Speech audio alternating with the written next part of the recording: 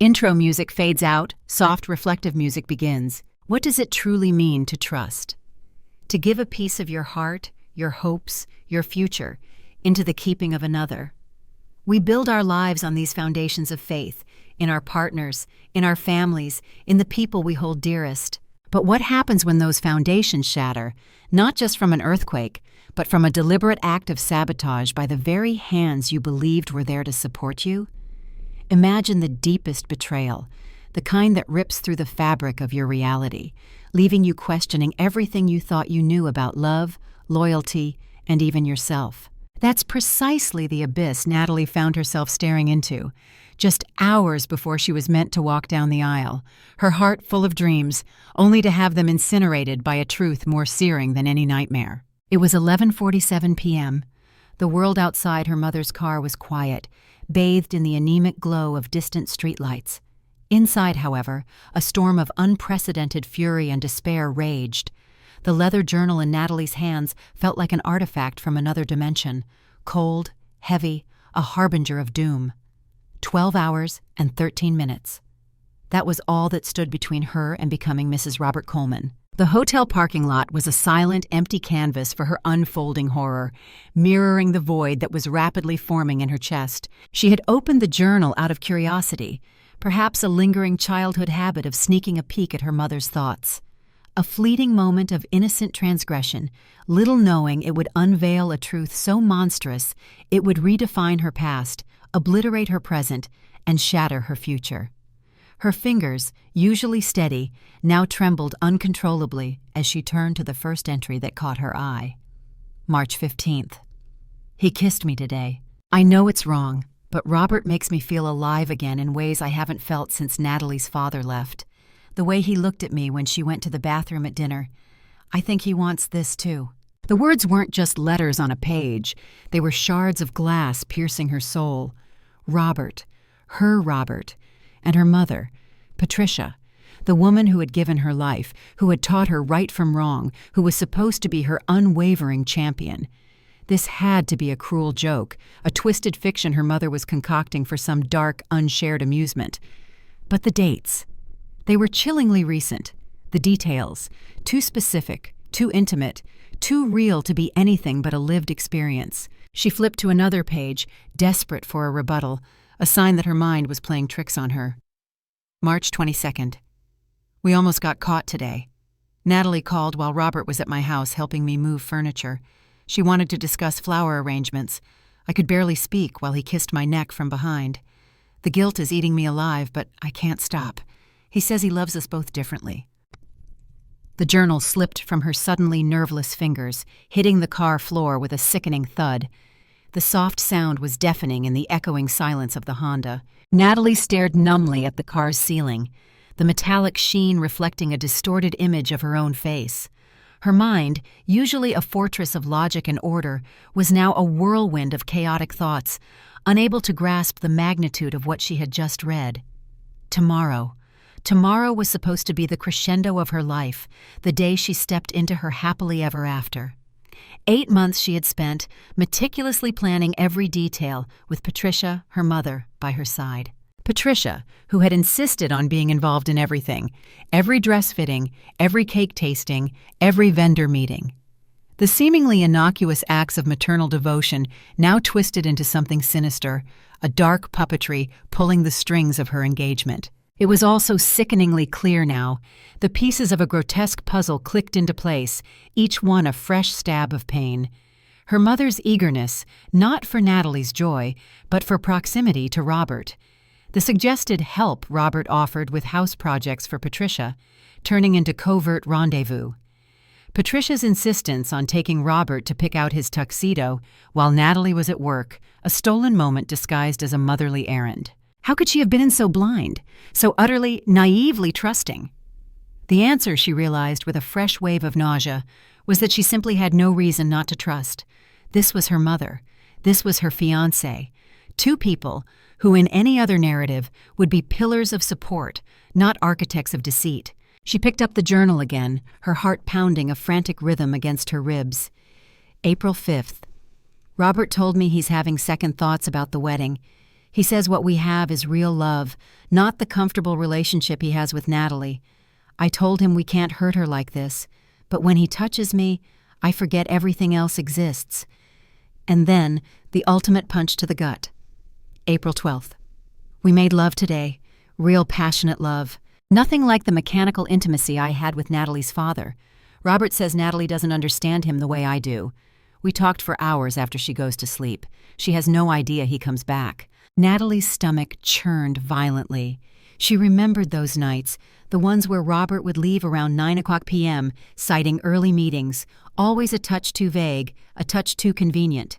She would go to bed alone, a dull ache of loneliness that she attributed to wedding stress or the inevitable ebb and flow of a long-term relationship. She never questioned why he seemed distant, why their conversations had become superficial, why their physical relationship felt routine, almost like a chore for him. The journal explained it all. While she slept, alone in their shared bed, Robert was returning to her mother, finding real passionate love, and sharing intimate conversations about Natalie's supposed inability to understand him. The gaslighting, the emotional manipulation, all laid bare in her mother's own damning handwriting. April 20th. I think Natalie suspects something. She asked why I've been so happy lately. I told her I was excited about the wedding. It's not entirely a lie. I am excited, just not for the reasons she thinks. Robert and I talk about what comes after. We can't keep this secret forever. The betrayal cut deeper with every word. This wasn't a momentary lapse of judgment, a fleeting indiscretion. This was a calculated, months-long affair, nurtured and sustained under the very roof where Natalie was planning her future. Her mother, the woman who had painstakingly taught her the value of honesty, loyalty, and respect, had been systematically dismantling her life, thread by agonizing thread, with the very man Natalie was supposed to marry. It wasn't just infidelity. It was a profound violation of trust, an act so fundamentally twisted that it defied all comprehension. May 3rd. Robert says he wants to call off the wedding. He wants to be with me instead. I'm 52 years old, and I never thought I could feel this way again. But I keep thinking about Natalie's face when she talks about their future. How can I destroy my daughter's happiness for my own? A brief flicker of humanity, a fleeting moment of conscience, quickly extinguished. May 10th. We fought today. Robert says, if I really loved him, I wouldn't care about hurting Natalie. I slapped him, then I kissed him. I hate myself for wanting him so much. Natalie showed me her final dress-fitting pictures today. She looked so beautiful, so happy. What kind of mother am I? The self-pity was almost as revolting as the betrayal itself. Her mother knew. She understood the pain she was inflicting, and yet she chose to continue.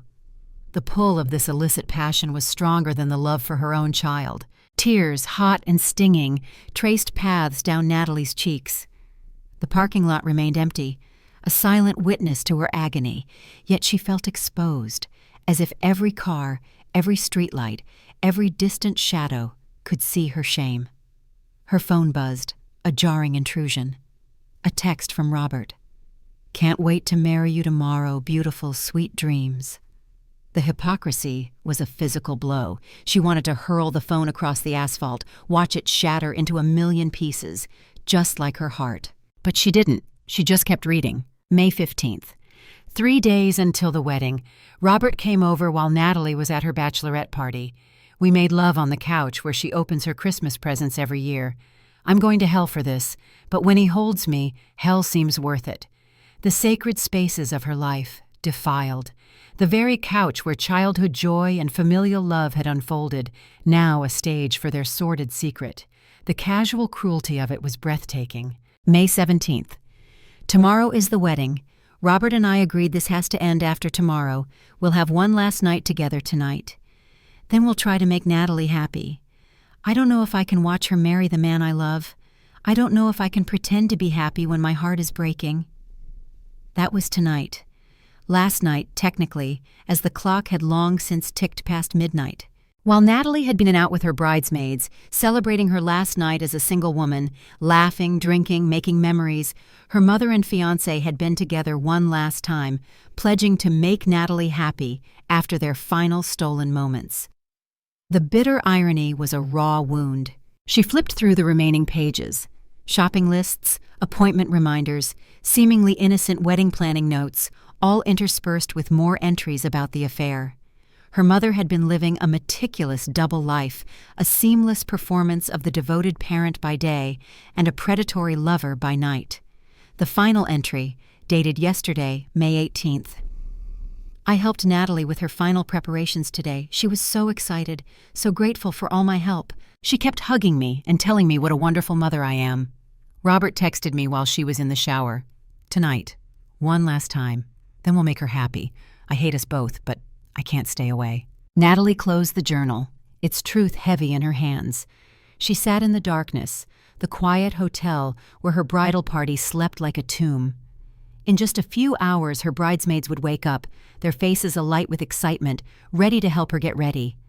Hair and makeup appointments at 8 o'clock a.m., photographer at 10 o'clock a.m., guests arriving at the church by 1:30 p.m., 400 people, 400 witnesses to what was supposed to be the happiest day of her life. Her dress, pristine and white, hung innocent in the hotel room. The flowers arranged, the cake decorated, the minister prepared. Everyone was ready for Natalie Williams to become Natalie Coleman. Everyone, it seemed, except Natalie. She started her mother's car, the engine purring softly, a stark contrast to the roar of emotions inside her. The journal lay on the passenger seat, not just evidence of a crime, but a roadmap to her new, terrifying, yet strangely liberating path. In 12 hours, she would walk down that aisle, but not for the reasons anyone expected. She had a better plan now, a plan forged in the crucible of betrayal, tempered by the fire of a broken heart, and destined to rewrite the narrative of her life. Music shifts to a tense, determined tone. At 2:17 a.m., Natalie sat on the hotel room bed, her wedding dress hanging on the closet door, a silent white specter mocking her with its purity. Her bridesmaids, oblivious, slept soundly in the adjoining room, their exhausted snores a stark reminder of the bachelorette celebration that now felt like a relic from another lifetime. Her phone had been a constant buzz of unanswered messages all night. 3 more texts from Robert, 2 calls from her mother, undoubtedly wondering where her car and her secrets had gone. She had silenced it all, letting the digital pleas dissipate into the ether. There was no room for their false concern now. The raw, primal pain of the initial shock had begun to recede, replaced by a cold, sharp clarity. It was a clarity born of anger, yes, but also of an unshakable resolve. If they had chosen to expose their true selves, then she would ensure the world saw them for who they were. She opened her laptop, the screen a glowing portal in the dim room, and began typing. Her fingers, no longer trembling, moved across the keyboard with a singular purpose. If she was going to dismantle their facade, she needed to do it right. She needed irrefutable proof, meticulously organized, ready to be presented. She needed a plan that would leave no room for denials, no space for excuses, no corner for them to hide in. The hotel's business center was, predictably, closed. But a flicker of memory sparked, a printer in the lobby, tucked away near the reception desk. She took the elevator down, grateful for the empty hallways, the quiet hush of the early morning. The night clerk was dozing behind the front desk, oblivious as Natalie quietly, methodically, printed page after page of her mother's handwritten confessions. Each word, rendered starkly in black and white, looked even more devastating, more incontrovertible. This wasn't hearsay. It was their own words, their own admissions, their own undoing. Back in her room, she organized everything with the precision of a seasoned strategist. Copies for herself, for the minister, for the wedding coordinator. She would leave nothing to chance. She wanted witnesses. She wanted undeniable proof. She wanted everyone to understand exactly what kind of people they had been celebrating, what kind of love they had been endorsing. The charade, the carefully constructed illusion of her perfect wedding, would not just crumble, it would explode. Her phone vibrated again, her mother's name, Patricia, flashing on the screen.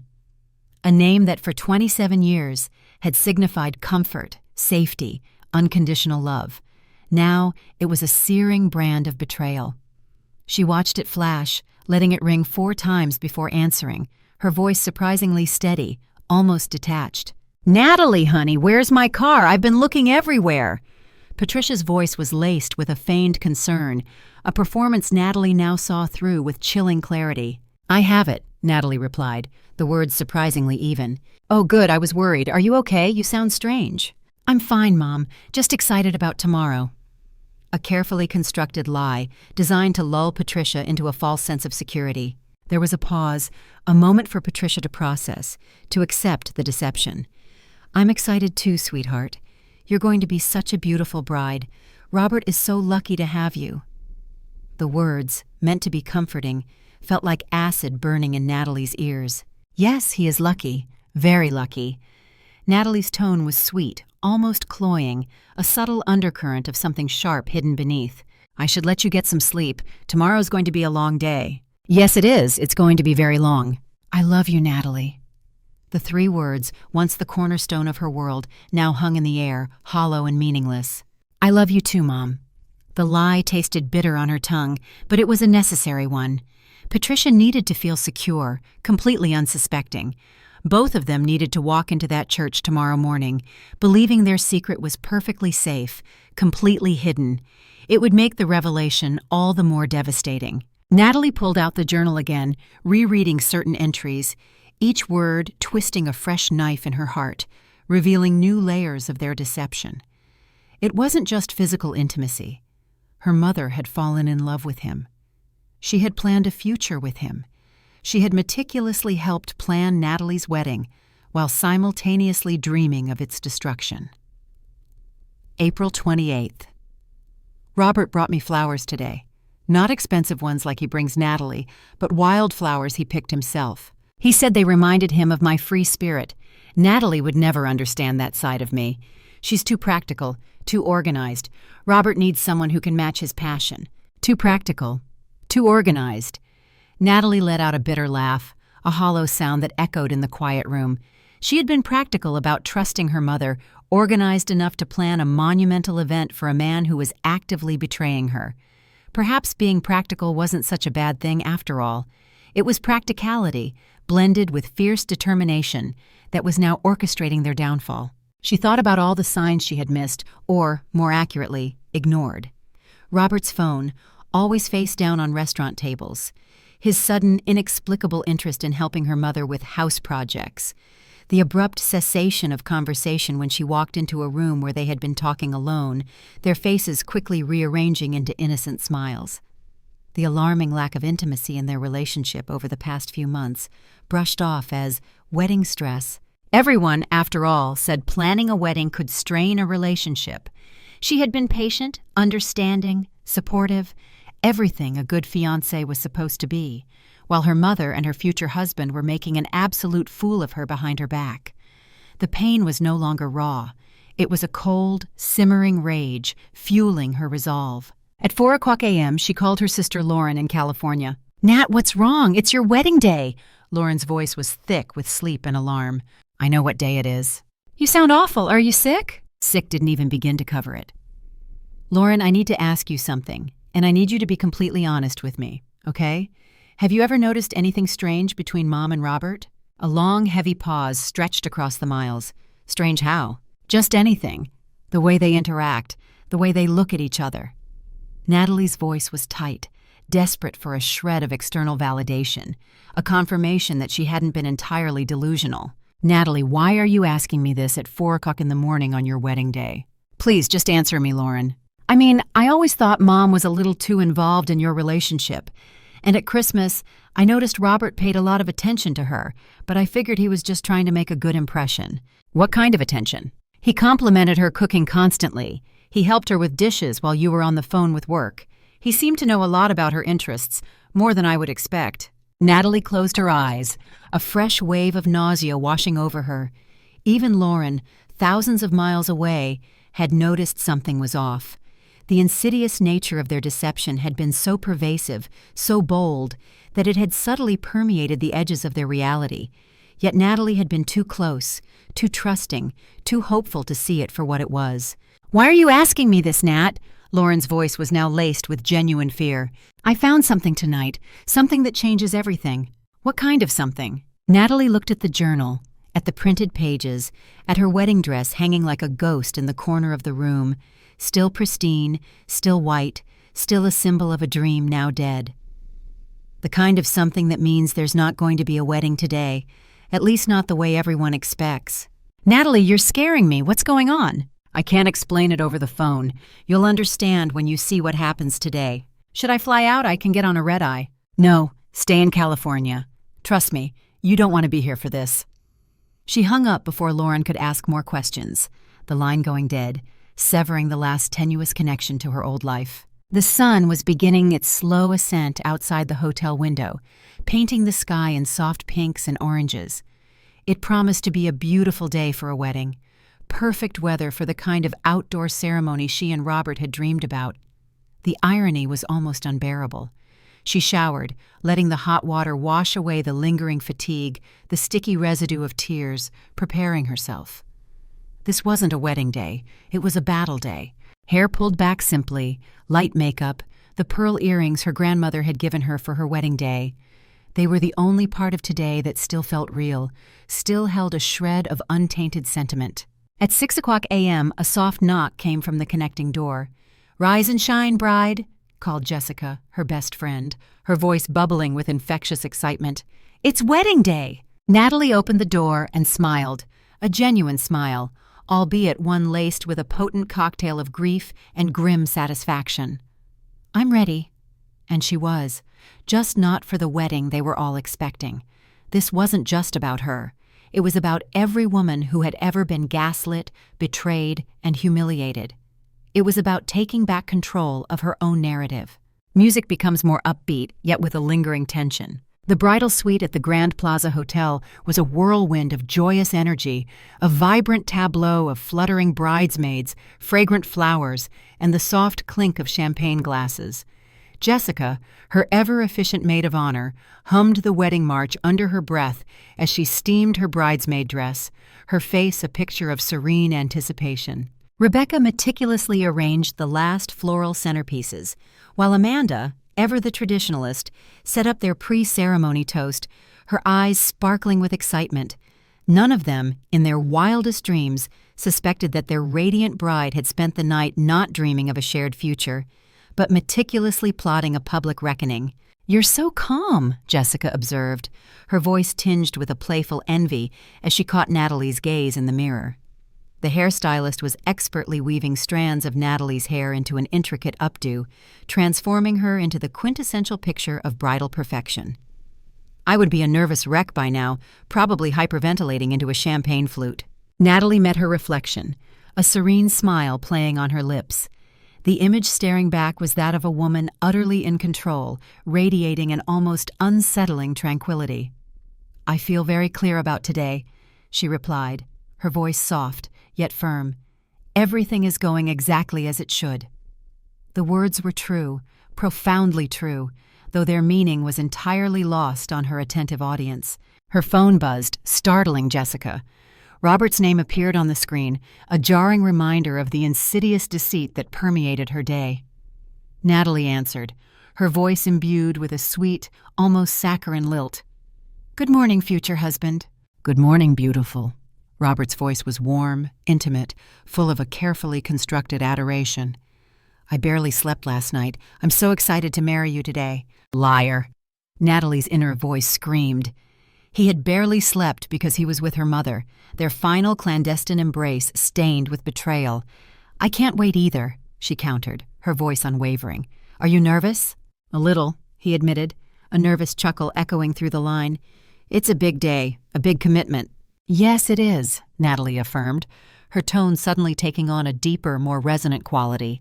"The biggest commitment two people can make to each other, promising to be faithful, honest, loyal." She paused, letting the words hang in the air, a subtle challenge embedded in their apparent innocence. There was a slight, almost imperceptible hesitation on Robert's end. "Exactly. Those are the most important things in a marriage." His audacity was breathtaking. Natalie almost laughed, a bitter, hollow sound that she managed to suppress. "I agree completely," she said, her voice dripping with an ironic sincerity. "Trust is everything, don't you think?" "Absolutely. Without trust, you don't have anything." I couldn't agree more. I'll see you at the altar, Robert. I love you, Natalie. I love you too. She hung up, a chilling sense of satisfaction settling over her. Jessica, ever observant, caught her eye in the mirror. That was weird, she said, a slight frown creasing her brow. You two never talk about heavy stuff like trust and commitment. You usually just joke around. Natalie offered a dismissive shrug. Maybe we're both feeling more serious today. It is our wedding day. The explanation seemed to appease Jessica, who simply returned to steaming her dress, blissfully unaware of the psychological warfare unfolding before her eyes. The makeup artist arrived at 8 a.m., followed by the photographer at 9 a.m. Natalie smiled and posed, playing the part of the glowing bride with an unsettling perfection. Her mind, however, was a whirring engine of calculation, mapping out timing and logistics. The ceremony was at 2 p.m. She needed to be at the church by noon for photos. 4 hours. 4 hours to maintain the elaborate charade, to keep the puppet strings taut before she cut them all loose. At 10:30 a.m., Patricia arrived, a vision of maternal pride in her radiant navy blue mother-of-the-bride dress. Her hair was professionally styled, her makeup flawless, an immaculate facade of joy and devotion. She hugged Natalie carefully, a delicate embrace to avoid messing up her dress. You look absolutely perfect, sweetheart. Like a princess. Thank you, Mom. You look beautiful, too. You're glowing. The words, though true, felt like ash in Natalie's mouth. Patricia's glow wasn't from motherly pride. It was from a secret, illicit passion that had consumed her. Patricia blushed, a girlish flush spreading across her cheeks. Thank you. I'm just so happy for you today. Are you really? Natalie's voice was soft, barely a whisper, yet it held a cutting edge. She studied her mother's face, searching for any flicker of guilt, any trace of remorse, any sign that the weight of her deception was bearing down on her. She found none. Patricia was playing her part perfectly, the picture of the devoted mother of the bride who had spent months helping plan the perfect wedding, oblivious to the fact that her daughter knew every sordid detail. I have something for you, Patricia said, pulling a small, elegant blue box from her purse. Something blue for your wedding day. Inside, nestled on a bed of white satin, was a delicate silver bracelet with a small sapphire charm. It was your grandmother's. She wore it on her wedding day, and I wore it on mine. I want you to have it. The gesture, meant to be tender and sentimental, felt like a harsh, mocking slap. A family heirloom, passed down through generations of faithful wives, now being bestowed by an adulteress upon her betrayed daughter. The irony was almost unbearable, a testament to Patricia's utter lack of self-awareness, or perhaps a chilling depths of denial. It's beautiful, Mom. Will you put it on me? Patricia's hands, surprisingly steady, fastened the clasp around Natalie's wrist.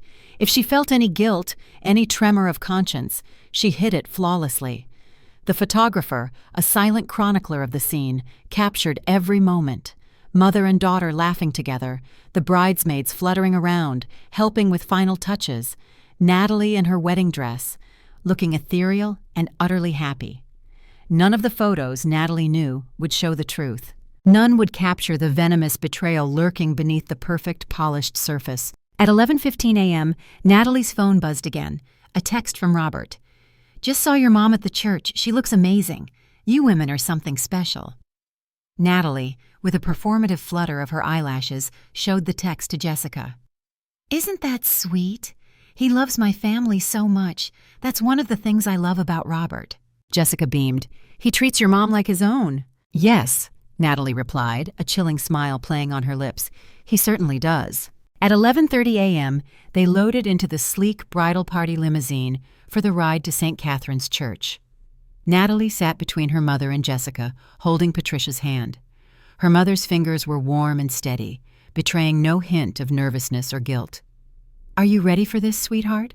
Patricia asked, her voice brimming with a simulated pride.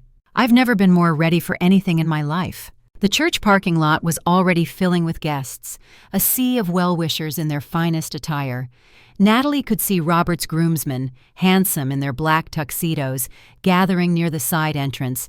Through the tinted limousine window, she spotted relatives she hadn't seen in years, friends from college, colleagues from work. 400 people, 400 lives converging on this one day, expecting to witness the happiest day of her life. They would witness something memorable, she promised herself, just not what they expected. Mrs. Henderson, the wedding coordinator, a woman of efficient smiles and crisp clipboards, met them at the bridal suite in the church basement. Everything is perfect upstairs. The flowers look stunning, the musicians are ready, and the groom's party is in position. How are we feeling? Perfect, Natalie said, her voice calm and unwavering. Everything is exactly as it should be. Mrs. Henderson went through the final checklist. Bouquet, veil, shoes, jewelry, something old, something new, something borrowed, something blue, all accounted for, all ready for the ceremony that would change everything. At 12:30 p.m., the photographer arrived to capture the getting ready moments at the church. Natalie posed with her bouquet, with her bridesmaids, with her mother. In every photograph, she smiled serenely, a picture of a woman utterly in love, about to embark on her greatest adventure. Patricia helped her with her veil, adjusting it carefully around her face. "You're the most beautiful bride I've ever seen. Thank you for everything, Mom. For all your help with the wedding. I couldn't have done any of this without you." The words were a bitter parody of gratitude. "It was my pleasure. I wanted everything to be perfect for you." Perfect. The word tasted like ash in Natalie's mouth. Patricia had indeed wanted everything to be perfect, while systematically destroying it from the inside out. At 1:00 p.m., Mrs. Henderson knocked on the door. "It's time for family photos." They ascended to the sanctuary, where Robert was waiting with his groomsmen and both sets of parents. He looked devastatingly handsome in his black tuxedo, his dark hair impeccably styled, his smile bright and confident. When he saw Natalie, his face lit up with what looked like genuine love and joy, a masterful performance. "You look incredible," he whispered, his eyes lingering on her. "So do you." The photographer captured them from every angle. Robert lifting Natalie's veil to kiss her cheek. Both families gathered around the happy couple, the bride and groom gazing into each other's eyes with apparent devotion. If Natalie didn't know the truth, she would believe these photos showed a couple madly in love. But she did know the truth, and in 30 minutes everyone else would too. Music builds to a dramatic crescendo, then fades to a low, suspenseful hum. The bride's room fell silent at 1:45 p.m. Mrs. Henderson, her voice hushed with the gravitas of the moment, made the final announcement. "Ladies, it's time." Natalie stood before the full-length mirror, taking one last look at herself, at the woman she had been for 27 years. Her wedding dress fit perfectly, a cascade of white silk flowing elegantly from her waist to the floor. The cathedral veil billowed behind her like a waterfall, a shimmering cloud of innocence. Her grandmother's pearl bracelet, a symbol of generational devotion, caught the light from the window. She looked exactly like the bride she had dreamed of being since she was a little girl. The irony was exquisite and heartbreaking. "You ready, sweetheart?" Patricia asked, adjusting her own outfit one final time, her eyes gleaming with a practiced, superficial joy. "I've never been more ready for anything in my life." Natalie's voice was firm, resolute. Jessica handed her the bouquet of white roses and baby's breath, her smile radiating pure happiness. "Remember to breathe during the ceremony, and don't lock your knees or you'll faint." Natalie offered a knowing smile. "Don't worry, I'll be very careful about what I say and do up there." The bridesmaids lined up in order, Rebecca, Amanda, then Jessica as maid of honor. They looked beautiful in their dusty rose dresses, each carrying smaller versions of Natalie's bouquet, a harmonious ensemble of friendship and support. None of them suspected they were about to witness something profoundly different from what they had rehearsed, something that would shatter their illusions and redefine their understanding of human nature. Mrs. Henderson appeared in the doorway, clipboard in hand, headset askew. "The processional music is about to begin. Bridesmaids, remember your timing. Count to 5 between each person. Patricia, you'll walk Natalie down the aisle since her father isn't here to do it." Natalie's father had left when she was 12, another man who had broken promises and destroyed trust. It seemed a cruelly fitting twist of fate that her mother, another purveyor of deceit, would now escort her down the aisle to meet yet another lying man. The symmetry of betrayal was almost perfect. They could hear the faint strains of the wedding march beginning upstairs, a majestic melody filling the sacred space. The church was full, 400 guests rising to their feet in eager anticipation, a collective gasp of awe and wonder held captive in the air, awaiting the appearance of the bride. Natalie closed her eyes, taking a deep, centering breath. Her heart beat a steady, powerful rhythm, not of nerves, but of pure, unadulterated determination. "Showtime," she whispered, a silent vow to herself. Rebecca went first, walking slowly down the hallway toward the sanctuary doors. Through the opening, Natalie could glimpse the packed church, the pews adorned with delicate flowers, candles casting a soft, flickering glow throughout the space. It looked like a fairy tale wedding, exactly what she had always imagined, a dream now twisted into a platform for truth. Amanda followed 30 seconds later, then Jessica, each bridesmaid smiling radiantly as she walked down the aisle, setting the perfect romantic scene for what everyone expected to be a traditional ceremony. The illusion was flawless, the stage perfectly set. "Your turn, ladies," Mrs. Henderson whispered, her voice a mix of excitement and reverence. Patricia took Natalie's arm, her grip firm, and together they walked toward the sanctuary doors. Through the opening, Natalie could see the altar, where Robert stood waiting with his groomsmen. He looked nervous but happy, adjusting his tie, offering a confident yet subtly strained smile to guests in the front rows. The wedding coordinator signaled the musician, and the traditional bridal march swelled, filling the church with its grand, expectant notes. Every person in the church stood, turning toward the back, their faces filled with joy and anticipation, their cameras and phones poised to capture the moment. Natalie could see colleagues from work, friends from college, extended family members, neighbors, all dressed in their finest clothes, all expecting to witness a celebration of pure love and unwavering commitment. They would get a celebration, she mused, a sardonic twist to her lips, just not the kind they expected. This would be a celebration of truth, a testament to resilience, and a brutal dismantling of carefully constructed lies. Natalie and Patricia appeared in the doorway, a soft murmur of appreciation rippling through the congregation. The bride, radiant, ethereal, perfect. Patricia beamed with pride as they began their slow, measured walk down the aisle together, a mother escorting her daughter to her supposed destiny. Halfway down, Natalie caught sight of Robert's face. His expression was a complicated mosaic, joy mixed with something that might have been guilt, or perhaps a flicker of anxiety, an unconscious awareness of the precariousness of his deception. He was looking at her with what appeared to be love, but his eyes kept shifting, almost imperceptibly, to Patricia, walking beside her. Natalie wondered if he was thinking about last night, about their final, stolen encounter, the taste of betrayal still fresh on his lips. She smiled at him warmly, a mask of serene forgiveness, giving no indication that anything was wrong, allowing him to revel in his false sense of security for just a few more precious moments. In the third row, she spotted her boss, Mrs. Chin, and several co-workers, their faces alight with congratulatory smiles.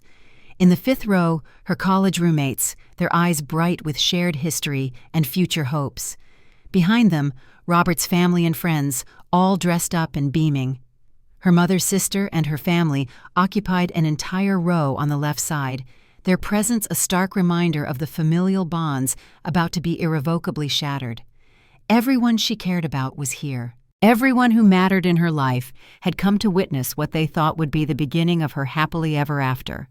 Perfect. As they approached the altar, the music swelled, a majestic crescendo designed to heighten the emotional impact of the moment. Robert stepped forward, looking handsome and confident in his black tuxedo. His groomsmen flanked him, his brother Michael, the best man, 2 college friends, and a co-worker, all looking appropriately solemn and happy for the occasion.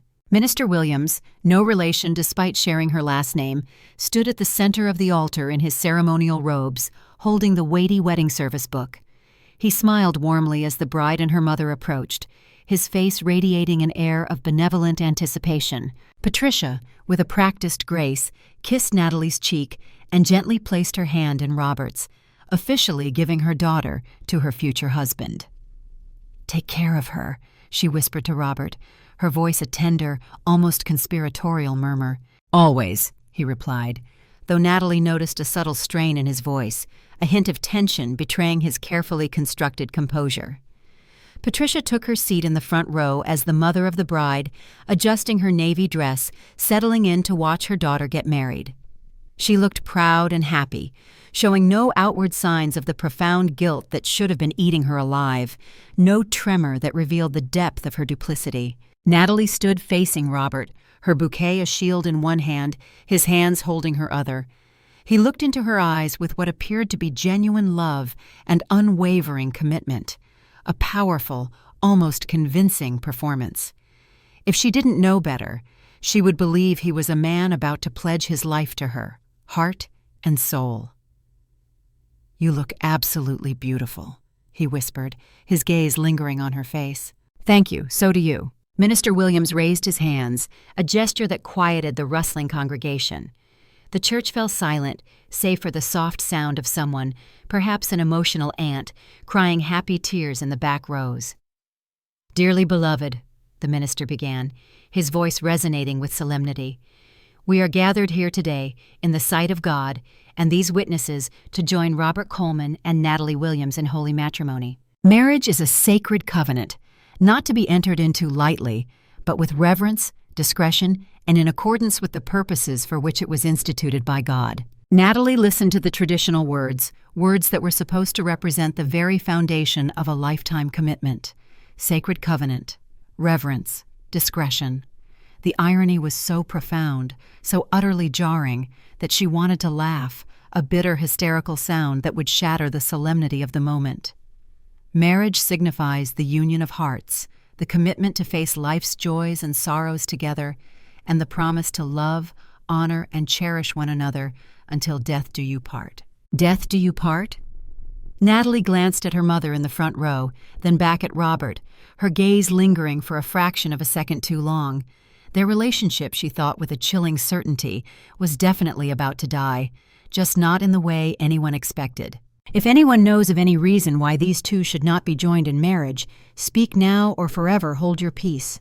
The traditional pause followed, a moment of hushed anticipation that stretched on for what felt like an eternity. Natalie could feel 400 pairs of eyes fixed on the altar, 400 people holding their breath, waiting for the ceremony to continue. No one, she knew, ever actually spoke up during this part. It was a mere formality, a quaint relic from older times, a theatrical device designed to deepen the romantic tension. But today would be different. Today someone was going to speak, and that someone would be her. The silence stretched, thin and taut, almost unbearable. Natalie could hear the frantic pounding of her own heartbeat, could feel Robert's hands beginning to sweat in hers, a tiny tremor betraying his composure. She glanced at Patricia, who was watching with a serene smile, completely unsuspecting, basking in the glow of her daughter's perfect day, a chilling testament to her detachment and deceit. Minister Williams was about to continue, his lips parting to resume the vows, when Natalie cleared her throat. "Actually," she said, her voice clear and resonant, carrying through the silent church like a bell tolling a warning, "I have something to say." The church fell into an absolute, deafening silence. 400 guests sat frozen in their seats, confusion rippling through the congregation like a palpable wave. This wasn't part of the ceremony. This wasn't part of anything anyone had rehearsed. Minister Williams looked startled, his wedding service book still open in his hands, his benevolent smile slowly dissolving into an expression of utter bewilderment. Robert's grip on Natalie's hands tightened, his eyes wide with a sudden dawning fear. "Nat, what are you doing?" he whispered, a desperate plea in his voice. She gently pulled her hands free, deliberately taking a step back, creating a chasm of space between them. "I'm speaking now," she said, her voice unwavering, "since you asked if anyone had a reason why these two should not be joined in marriage." "Natalie, sweetheart?" Patricia called softly from the front row, her voice laced with a tremor of alarm, the first crack in her carefully constructed facade. "What's wrong?" Natalie turned to face the congregation, her white dress rustling softly in the absolute quiet. Every face was turned toward her, expressions ranging from confusion to concern to a rapidly growing alarm. She could see Jessica in the front bridesmaid position, her mouth slightly agape in shock, her eyes wide with a sudden dawning horror.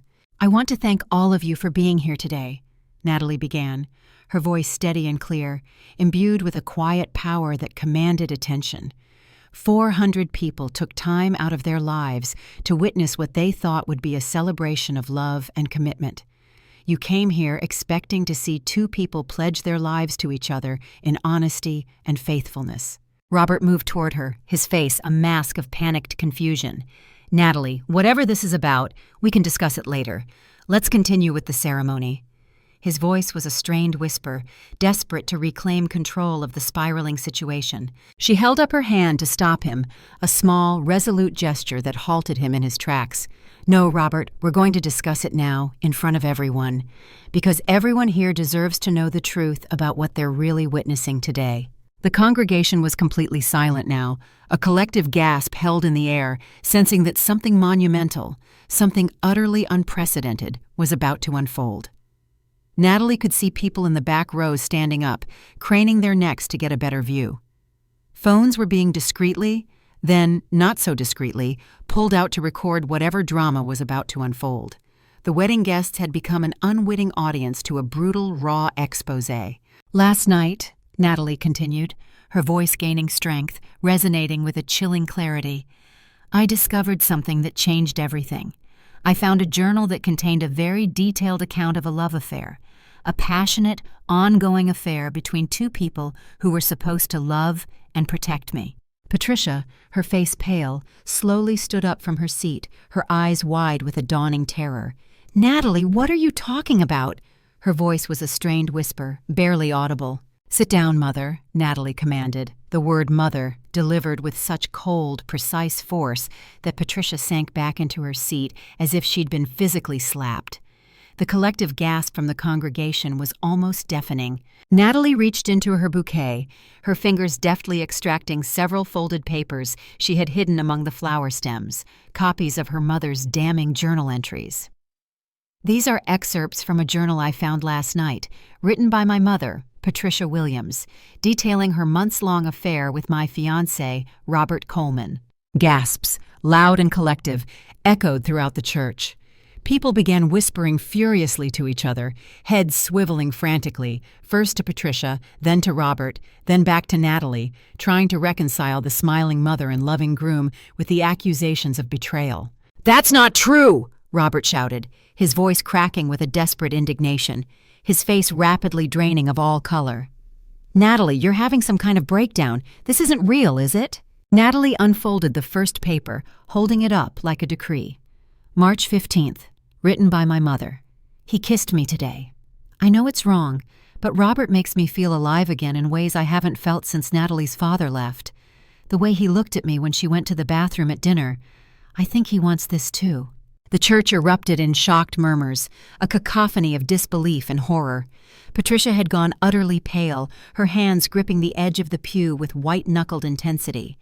Robert was shaking his head, a desperate denial on his face, but his complexion had lost all color, replaced by an ashen gray. "March 22nd, Natalie continued, her voice growing stronger, more authoritative, cutting through the rising noise. "We almost got caught today. Natalie called while Robert was at my house helping me move furniture. She wanted to discuss flower arrangements. I could barely speak while he kissed my neck from behind." "Stop!" Patricia whispered, her voice a broken plea. But it was lost in the growing chaos of the congregation, the rising tide of shocked exclamations. "April 5th, Natalie pressed on, unrelenting. "Robert told me he's having second thoughts about the wedding. He says, what we have is real love, not the comfortable relationship he has with Natalie." Jessica, her face a mask of horror and disbelief, had moved closer, her eyes fixed on Natalie, silently communicating her support.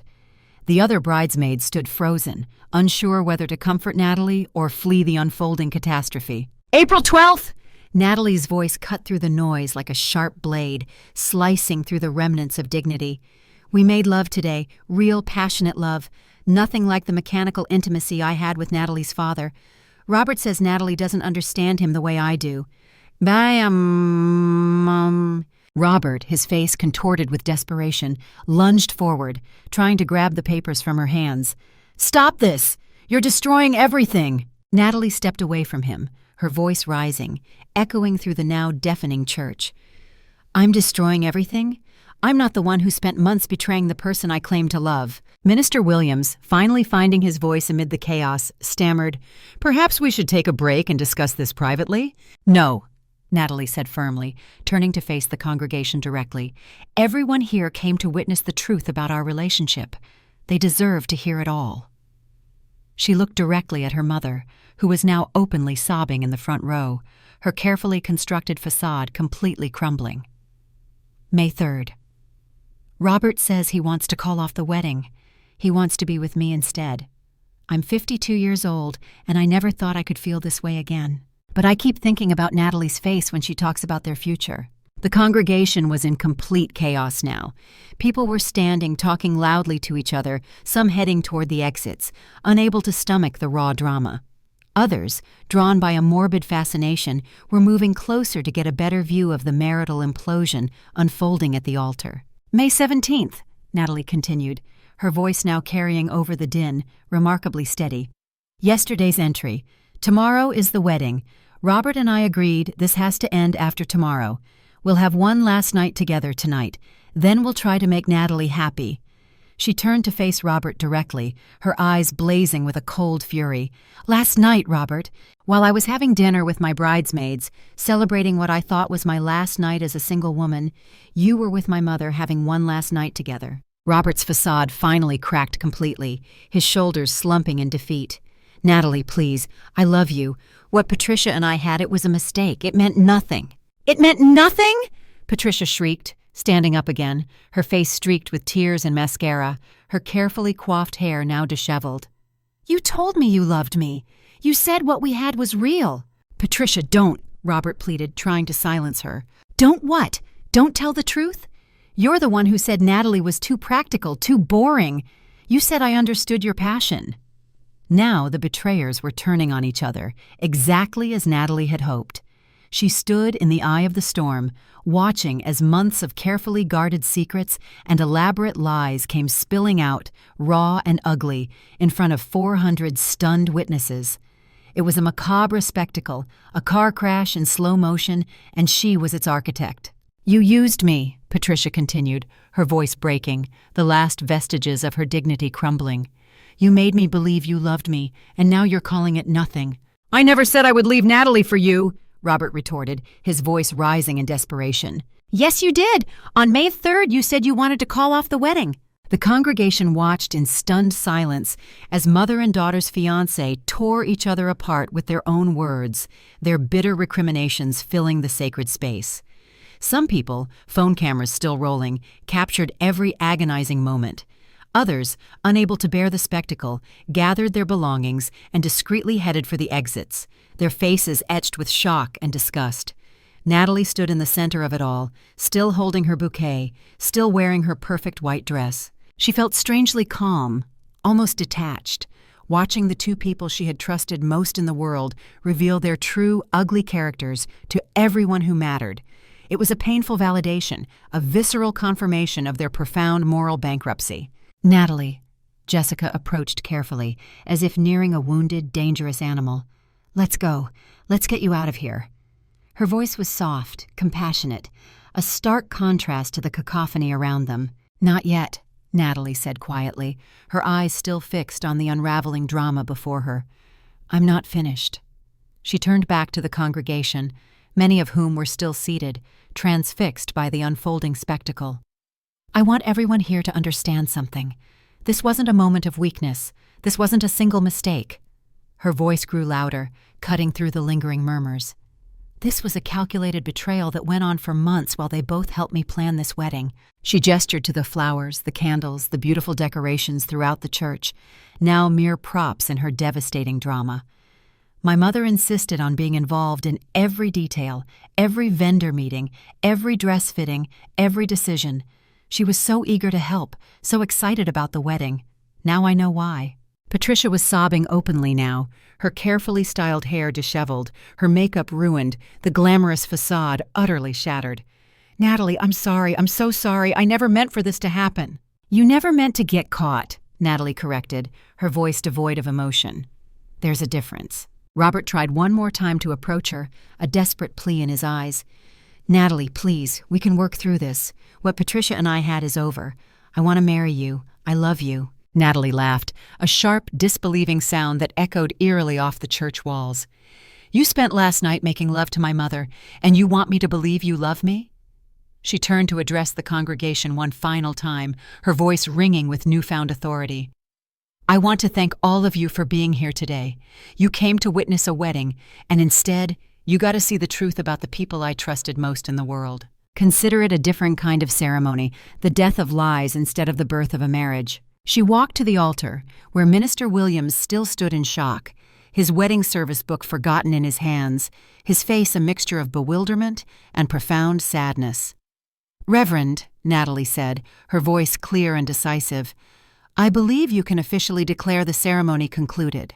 With that, Natalie Williams walked down the aisle of St. Catherine's Church for the second time that day. But this time, instead of walking toward a future built on lies, she was walking toward freedom. Behind her, she could hear Patricia calling her name, Robert shouting desperate explanations that no one wanted to hear, and 400 guests buzzing with shock and excitement about the raw, unfiltered drama they had just witnessed. She pushed through the heavy church doors into the bright, unforgiving afternoon sunlight, still carrying her bouquet, still wearing her perfect white dress.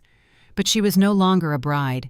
She was a woman who had just taken back control of her own life, choosing truth over illusion and self-respect over a lifetime of betrayal. Music shifts to a somber yet hopeful tone, then fades out as narration begins. The church parking lot erupted into chaos, a cacophony of voices carrying across the afternoon air in excited whispers and shocked exclamations. Guests spilled out of St. Catherine's, fumbling with phones to call family members, rehashing every detail of the scene they had just watched unfold. The air buzzed with a mixture of disbelief, outrage, and morbid fascination. Natalie stood on the church steps, her white dress billowing gently in the breeze, watching the aftermath of her revelation. A strange calm had settled over her, as if she were the eye of a hurricane, observing the chaos swirl around her. The raw pain and anger of the past hours had transformed into a clear, steady resolve. "Natalie!" Jessica ran up behind her, slightly out of breath, her face a mixture of shock and fierce loyalty. "Are you okay? What can I do?" "I'm fine," Natalie replied, her voice steady. "Better than fine, actually." A small, almost imperceptible smile touched her lips. I can't even process what just happened in there. Is it all true?" Natalie handed her the remaining journal copies, the pages still pristine despite their explosive content. "Every word. I found her journal last night in her car." Jessica scanned the pages, her expression growing more horrified with each line, each damning confession. "Oh my God," she whispered, her voice choked with disbelief. "Your own mother. How could she do this to you?" "I've been asking myself that question all night," Natalie admitted, a weariness seeping into her voice. "But the why almost doesn't matter anymore. The what is undeniable." Rebecca and Amanda joined them, both looking utterly shell-shocked. "We're so sorry, Nat," Amanda said, her eyes welling up with tears. "We had no idea." "No one did," Natalie reassured them. They were very careful to hide it. It was a masterclass in deception, a calculated cruelty that went on for months, right under everyone's noses. It's a chilling reminder that sometimes the people who smile the brightest are harboring the darkest secrets. Through the church doors, they could still hear raised voices. Patricia and Robert were likely still inside, caught in a desperate, futile argument with each other, and the bewildered minister about what to do next, how to salvage their reputations. Natalie had no interest in hearing their explanations, their hollow apologies, or their pathetic attempts at damage control. Their words, she knew, would be meaningless, tainted by the months of lies they had woven. "Where do you want to go?" Jessica asked, pulling Natalie gently away from the steps, a protective arm around her. "Back to the hotel?" "No," Natalie said, a shudder passing through her. "I never want to see that hotel room again. I need to get my things and get out of town." "Out of town? Tonight?" "As soon as possible. I can't stay here with everyone knowing what happened. I need space to think, to breathe, to simply exist without their shadow looming over me." The need for escape was primal, an urgent craving for clean air, for anonymity, for a blank slate where she could begin to process, to heal, to rebuild. Her boss, Mrs. Chin, a formidable woman of quiet strength, approached hesitantly with her husband, her expression a mix of sympathy and respect. "Natalie, I'm so sorry about what happened in there. If you need time off from work, whatever you need, please just say the word." "Thank you, Mrs. Chin," Natalie said, appreciating the genuine kindness.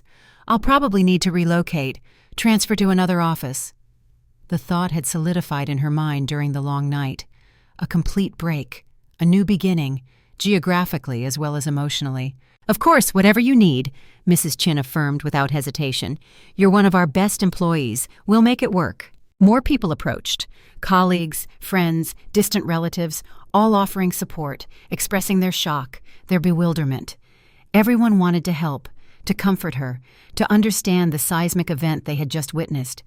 But Natalie felt detached from it all, as if she were watching someone else's life implode, a distant observer of a tragedy that had once been her own. This emotional distance, she realized, was a vital shield, protecting her from the overwhelming deluge of external emotions. A black sedan pulled up to the curb, a jarring intrusion into the already chaotic scene. Robert's brother Michael got out, looking grim and disheveled, his best man tuxedo now wrinkled, his tie loosened, his hair askew. "Natalie, I need to talk to you." His voice was strained, a mixture of embarrassment and genuine distress.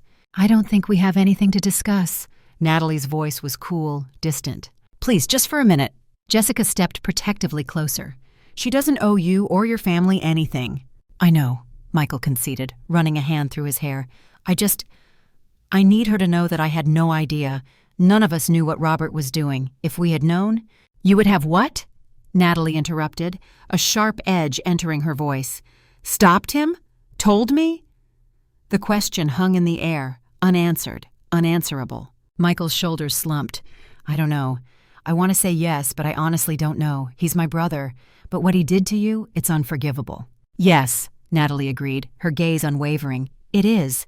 The family is mortified. My parents are inside crying. They love you like a daughter." "I love them too," Natalie acknowledged, a flicker of genuine sadness touching her eyes. Robert's parents had been kind, welcoming.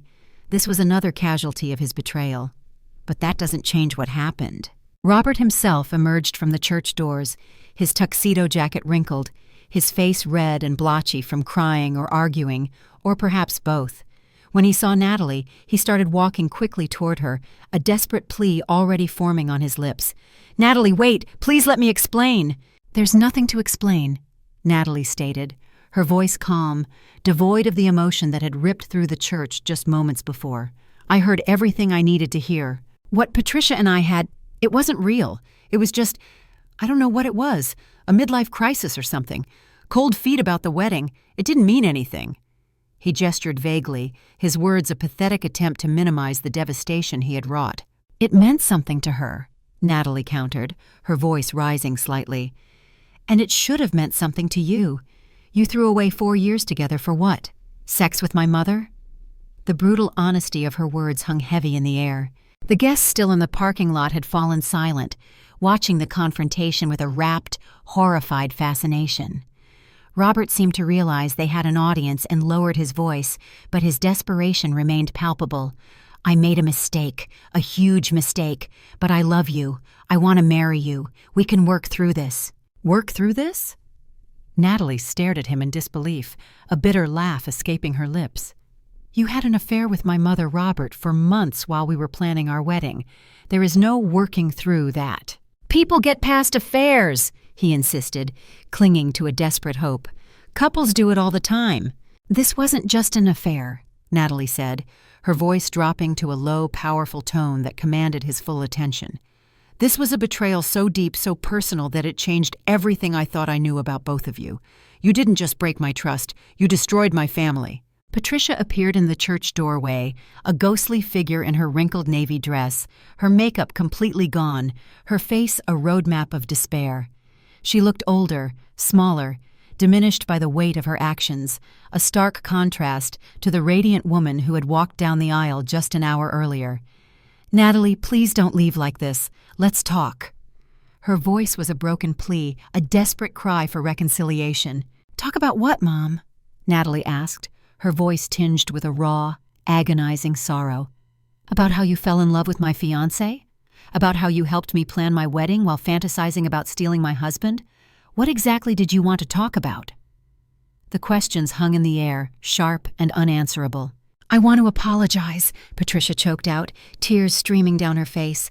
"I want to try to make this right." "There is no making this right," Natalie stated, her voice flat, devoid of hope. "You destroyed us, both of you."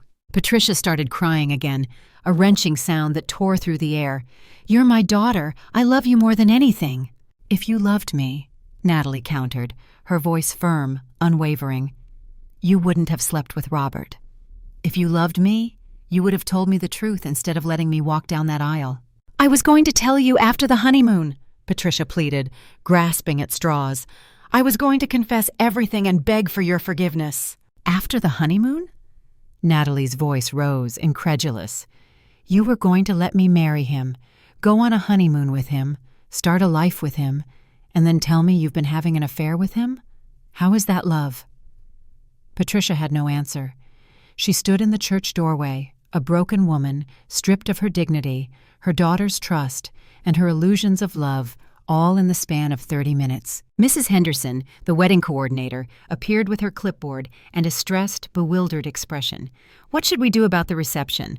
The hotel is expecting 400 guests in 2 hours." Natalie had completely forgotten about the reception. The grand ballroom at the Plaza Hotel, decorated with white roses and fairy lights. The elaborate dinner they had spent months planning. The cake, the band, the photographer, who was probably still taking pictures inside the church. All of it, a hollow monument to a lie. "Cancel it," she said simply, decisively. "Cancel it?" Mrs. Henderson's eyes widened in shock. "But the deposits!" "I don't care about the deposits. Tell the hotel to donate the food to a homeless shelter or something.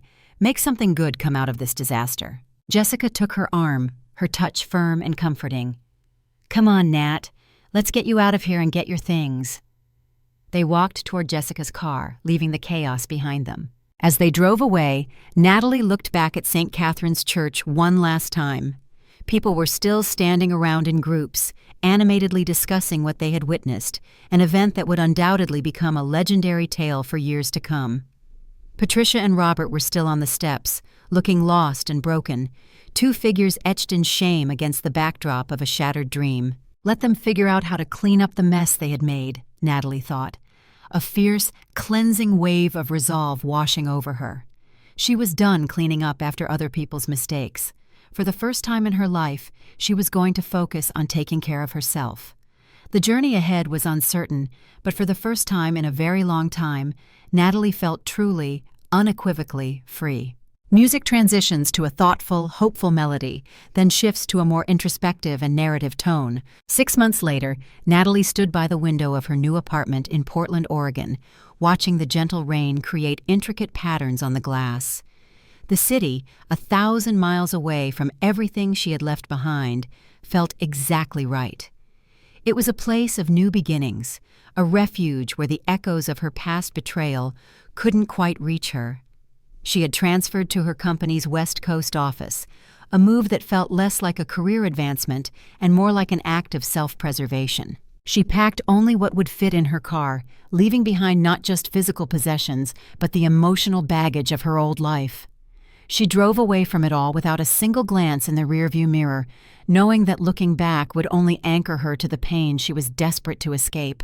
The apartment was small but bright, with gleaming hardwood floors and large windows that let in the soft gray Oregon light.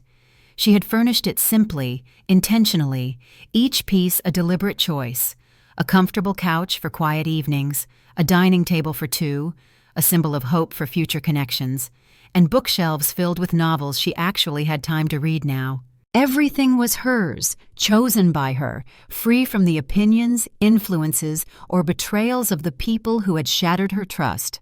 This space was a tangible manifestation of her newfound independence. Her phone buzzed with a text message. For the first month after the wedding that never was, she had received dozens of calls and messages from Patricia and Robert, a relentless barrage of begging for forgiveness, pleading for a chance to explain, attempting to justify the unjustifiable. She had blocked both their numbers after the first week. Some things, she had learned, couldn't be forgiven. And she also realized that forgiveness wasn't always a prerequisite for healing. Sometimes, simply moving on, detaching, and prioritizing her own well-being was the most profound act of self-care. The text was from Jessica, a lifeline to a past that had been salvaged, purified by shared trauma. "How's Portland treating you?" Natalie smiled, a genuine, unburdened smile, and typed back, "Love it here. The job is challenging and my coworkers are great. No drama, no complications, just clean, honest work." She truly meant it. She had been promoted to senior account manager within 3 months of joining the Portland office, a testament to her work ethic and focus. Her new boss, Linda, was a straightforward, no-nonsense woman in her 50s who valued competence and integrity over office politics. The work itself was similar to what she had done before, but the environment was completely different. Professional, respectful, refreshingly uncomplicated. It was a breath of fresh air after the suffocating deception of her previous life. "Any interesting men in your life?" Jessica's follow-up text was predictable, yet kind. "Not looking, still healing." It was true. In 6 months, Natalie hadn't been on a single date. She had politely declined invitations from coworkers, gently sidestepped polite advances from strangers in coffee shops. The idea of trusting someone new with her heart, of allowing herself to be vulnerable again, felt impossible, an insurmountable mountain of fear and past trauma. Maybe someday, she mused, gazing out at the rain-swept city, but not yet. The wounds were still too fresh, the scars still forming. Her doorbell rang, interrupting her quiet contemplation. She wasn't expecting anyone. Through the peephole, she could see a delivery man holding a large, vibrant bouquet of flowers. She opened the door cautiously, a familiar tension coiling in her stomach, a residue of her past. "Natalie Williams?" "Yes." "Delivery for you." The flowers were beautiful. A mix of wildflowers and roses in soft, muted colors, an unexpected splash of warmth in the gray afternoon. Natalie's heart sank as she opened the accompanying card, bracing herself for another apology from her mother, another desperate plea from Robert.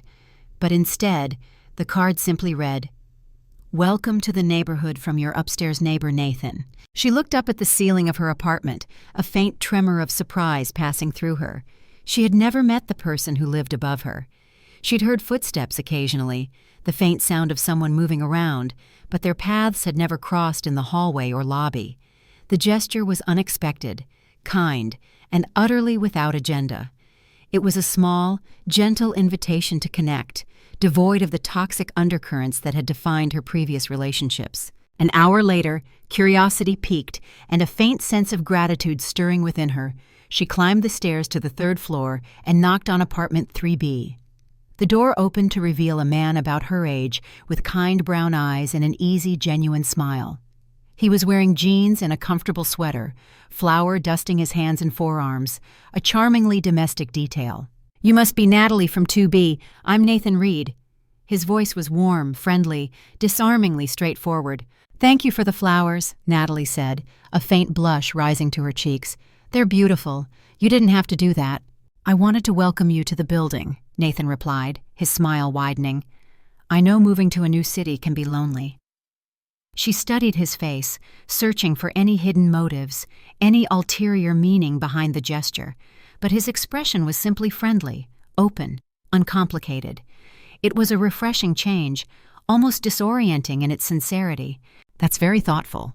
If you ever need anything, recommendations for restaurants, directions around the city, whatever, just knock. I work from home most days." "What do you do?" "I'm a freelance graphic designer," he said, holding up his flour-covered hands with a sheepish grin. "And apparently a part-time baker. I was making bread when you knocked." "I can smell it," Natalie admitted, a genuine smile forming on her lips. "It smells amazing. Would you like some? It just came out of the oven." Natalie hesitated. This was exactly the kind of thing she would have accepted without question 6 months ago. A neighbor's kindness, an opportunity to make a new friend, an openness to connection. But 6 months ago, she had also trusted her mother and her fiancé completely, blindly. The scars of that trust were still raw. "I don't want to impose." "You're not imposing. I made 2 loaves and I can't eat all of it myself." Something in his tone, the complete lack of expectation or agenda, the easygoing generosity, made her decision. "Okay," she said, a sense of cautious optimism stirring within her. "That would be nice." Nathan's apartment was similar to hers, but decorated with more personality, a reflection of his creative spirit. His walls were covered with his graphic design work, vibrant posters for local bands, sleek logos for small businesses, eclectic artwork that was both creative and thought-provoking. The kitchen smelled deliciously of fresh bread and rich coffee. "How long have you lived here?" she asked, as he wrapped a warm loaf in a dish towel for her, the scent of yeast and warmth filling the air. 3 years. It's a good building, quiet neighbors, close to downtown." He glanced at her, a gentle curiosity in his eyes. "What brought you to Portland?" "You. Work transfer. I needed a change of scenery." He didn't push for details, which she appreciated immensely. They talked easily about the city, about their work, about the perpetually rainy weather. Nathan was funny without trying too hard, interested without being intrusive. He possessed a quiet confidence, an authenticity that felt like a balm to her wounded soul. When she left an hour later with her loaf of still warm bread, she felt lighter, more hopeful than she had in months. It was a tiny step, a tentative reach, but it was a step nonetheless, toward connection, toward a future that didn't solely revolve around pain. Over the next few weeks, they developed an easy, natural friendship. Nathan would bring her coffee when he went to the shop downstairs. She would accept packages for him when he wasn't home. They would run into each other in the hallway and chat about their days, their conversations flowing effortlessly. He never asked about her past, never pushed for personal information she wasn't ready to share, respecting the invisible boundaries she had erected. But gradually, naturally, as trust began to bloom like a fragile wildflower, she found herself telling him pieces of her story. Not the whole truth, not yet. She wasn't ready for that level of vulnerability, but enough to explain why she had moved to Portland alone, why she seemed so cautious about trusting people, why her heart remained guarded. "Someone hurt you," he said one evening as they sat on the building's rooftop deck, sharing takeout Chinese food, watching the sunset paint the city in hues of orange and purple. "Yes, more than one someone, I'm guessing." His perceptiveness was startling, yet comforting. "The 2 people I trusted most in the world," she admitted, her voice barely a whisper, the words still carrying a faint echo of pain. "They both betrayed me in the worst possible way." Nathan was quiet for a long moment, simply listening, absorbing her pain without judgment. "I'm sorry that happened to you. It's in the past now. The automatic defense mechanism, the practiced deflection." "Is it?" he challenged gently, his kind brown eyes meeting hers. "Because you seem like someone who's still carrying a lot of pain." She looked at him, surprised by his directness. Most people avoided talking about difficult things, preferring to keep conversations light and comfortable, shying away from emotional depth. Nathan was different. He saw her, truly saw her, even the parts she tried to hide. "I'm working on letting it go." "Good. You deserve better than carrying other people's mistakes around with you." It was such a simple statement, so utterly straightforward, but it hit her with an unexpected force. She had been carrying their mistakes, their choices, their profound betrayal like a heavy weight on her shoulders, a constant burden. But Nathan was right. She deserved better than that.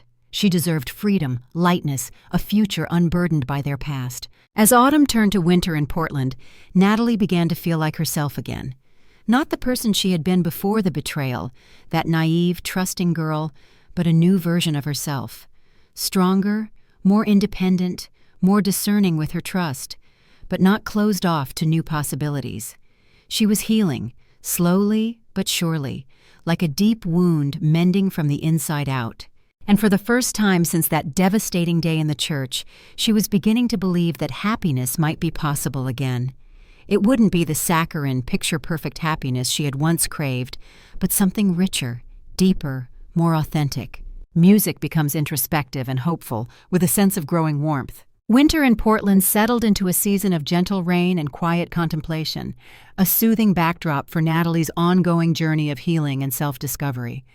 She had grown to love the city's rhythm, the comforting ritual of morning coffee, the cozy embrace of its independent bookstores, the effortless way people dressed practically yet maintained their individual style. Here, she felt a profound sense of anonymity, a liberating freedom from the heavy weight of other people's expectations and judgments, a stark contrast to the stifling scrutiny she had endured in her old life. Her friendship with Nathan had deepened naturally over the months, evolving from casual neighborly interactions into something warm, stable, and profoundly comforting. They had fallen into comfortable routines: coffee together on Sunday mornings at a small independent cafe, occasional dinners when neither felt like cooking alone, sharing stories and laughter over takeout, long, meandering conversations on the building's rooftop deck when the weather was clear enough to glimpse the distant, majestic mountains. Nathan was unlike anyone she had ever been close to.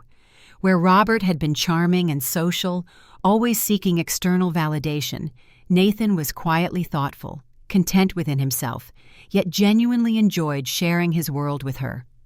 Where Robert had needed constant attention and affirmation, Nathan seemed grounded, self-assured, and truly present. Most importantly, where Robert had been capable of elaborate deception, cloaking his true intentions behind a facade of affection, Nathan was transparently honest about everything, from his minor work struggles to his candid fear of commitment, stemming from his own difficult breakup 2 years earlier.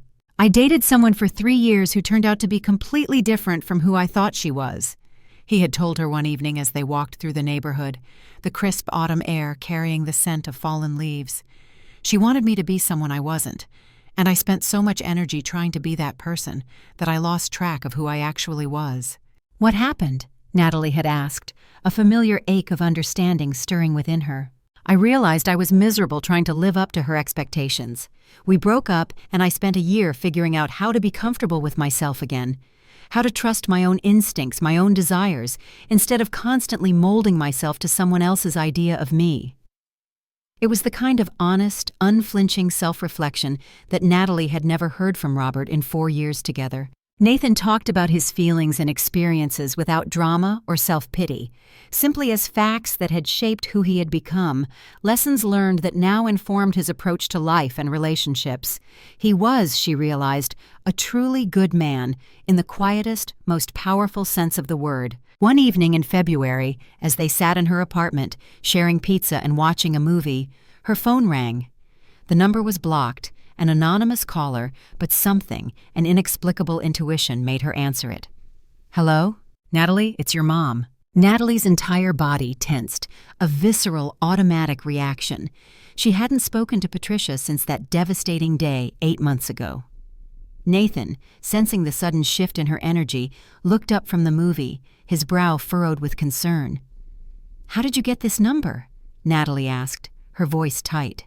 "Jessica gave it to me. Please don't hang up. I just need 5 minutes. I don't have anything to say to you." The words were a bitter truth. "Then just listen, please." Against her better judgment, against the fierce protectiveness of her still healing heart, Natalie stayed on the line. Nathan, with an innate understanding of her need for privacy, quietly paused the movie and moved to the kitchen, giving her space while remaining close enough to offer silent support if she needed it. "I know you hate me." Patricia's voice was different, smaller, older, utterly defeated. It lacked the theatricality, the self-pity Natalie had come to expect. "I know what I did was unforgivable. I'm not calling to ask for forgiveness because I don't deserve it." "Then why are you calling?" Natalie's voice was flat, devoid of emotion. "Because I need you to know that it's over. Robert and we tried to make it work after the wedding. We thought maybe if we were together, it would justify what we had done to you." Natalie felt a wave of nausea, a sickening confirmation of the choices they had made, the disrespect they had continued to heap upon her. "You got together after you destroyed my wedding?" "For about 3 months, Patricia continued, her voice heavy with regret. "But it was awful. We couldn't look at each other without remembering what we had done to you. Every conversation turned into an argument about whose fault it was. We brought out the worst in each other." "Good," Natalie said, the word escaping her lips before she could stop it. A sliver of cold satisfaction, a dark acknowledgement of their deserved suffering. "He moved to another state last month. I don't know where. We haven't spoken in weeks, and we never will again." Natalie found that she felt nothing hearing this news. No satisfaction, no vindication, no sadness. just an emptiness, a hollow space where her feelings for both of them used to be. Their actions had extinguished not just her love, but her capacity for strong emotion towards them. "I also need you to know that I'm getting help," Patricia confessed, her voice thick with emotion. "I've been seeing a therapist since September, trying to understand how I could have done something so horrible to my own daughter." "And what has your therapist told you?" Natalie asked, a detached curiosity in her voice. "That I was selfish and scared. Scared of getting older. Scared of being alone after your father left. Scared that I would never feel desired again. When Robert paid attention to me, it felt like proof that I was still attractive, still worth wanting. It was a desperate grab for validation, a desperate attempt to feel alive again, even at the expense of your happiness." "So," Natalie summarized, her voice cutting through the confession like a scalpel, "you sacrificed your relationship with me, your own daughter, for fleeting validation from a man who was cheating on his fiancé?" "Yes," Patricia whispered, her voice barely audible. "That's exactly what I did, and it was the worst mistake of my life." They were both quiet for a long moment. Nathan had returned to the living room and was sitting on the other end of the couch, not watching the movie, but his presence a silent anchor in her emotional storm. "I don't expect you to forgive me," Patricia continued, her voice regaining a fragile strength. "I just needed you to know that I understand what I did, and I'm trying to become a better person. Not for you, because I know it's too late for us, but because I can't live with who I was that day." "I'm glad you're getting help," Natalie said, a genuine sentiment, unburdened by false hope. "But you're right, it is too late for us." "I know. I love you, Natalie. I will always love you, even if you can never love me back." The line went quiet. Patricia had hung up. Natalie sat staring at her phone, processing the conversation, the unexpected contact with her past. She felt Nathan's presence beside her, patient and steady, a silent, comforting anchor. "How do you feel?" he asked softly, his voice gentle, understanding. "I don't know," Natalie confessed, her brow furrowed in thought. "Empty, I think, like I should feel something, but I don't." "That might be healthy," Nathan suggested, his insight piercing through her confusion. "You've moved on from needing anything from them, including revenge or closure." "Is that what this was?" Natalie mused. "Closure?" "Maybe," Nathan offered, ever thoughtful. "Or maybe it was just your mother trying to make herself feel better by apologizing. Often the act of asking for forgiveness is more for the benefit of the apologizer than the recipient. But only you can decide what that phone call meant for you." She looked at him, struck by his profound insight, his ability to see beyond the surface. She curled up against his side, drawn to his warmth and steadiness, a comfort she hadn't realized she craved. "I'm glad you were here for that. I'm glad I could be here." It was the first time they had been physically close like this, and it felt natural, unforced, rather than complicated or burdened by expectation. Nathan didn't try to turn it into something more. He simply held her while she processed the unexpected contact with her past.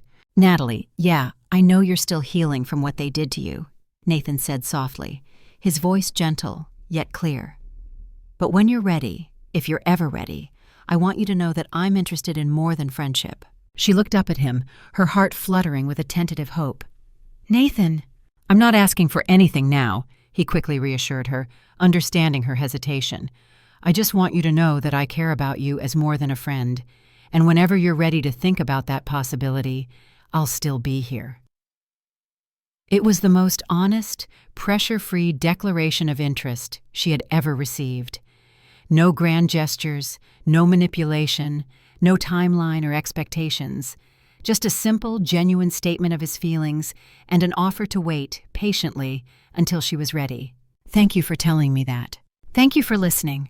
They went back to watching the movie, but something had shifted between them. Not into romance yet, not an immediate leap, but into the quiet, potent possibility of it. For the first time since her wedding day, Natalie could imagine trusting someone with her whole heart again. It would take time, she knew that, and apparently Nathan understood it too.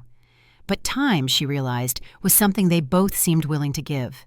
Music shifts to a contemplative, slightly melancholy tone, then resolves into a determined, empowering theme. 1 year after the wedding that never was, Natalie sat working in her home office, the Portland rain a rhythmic accompaniment to her thoughts. She had been promoted again, now managing a team of 5 people remotely, a job that challenged her professionally while offering the flexibility she cherished in her bright, minimalist apartment. Her life had taken on a new rhythm, a quiet confidence born of resilience and independence. Through the peephole, she saw a woman in her 50s holding a large envelope. Natalie didn't recognize her, but something about the woman's nervous posture prompted her to open the door, leaving the chain attached. "Are you Natalie Williams?" "Yes," Natalie replied, a faint wariness in her voice. "I'm Sarah Mitchell. I was Robert Coleman's sister-in-law, his brother Michael's wife." Natalie's heart rate increased slightly, a flicker of an old wound, but she felt more curious than upset. She had wondered occasionally what had happened to Robert's family after everything imploded. "What can I do for you?" "Could I talk to you for a few minutes? I drove up from California. I have something I think you should see."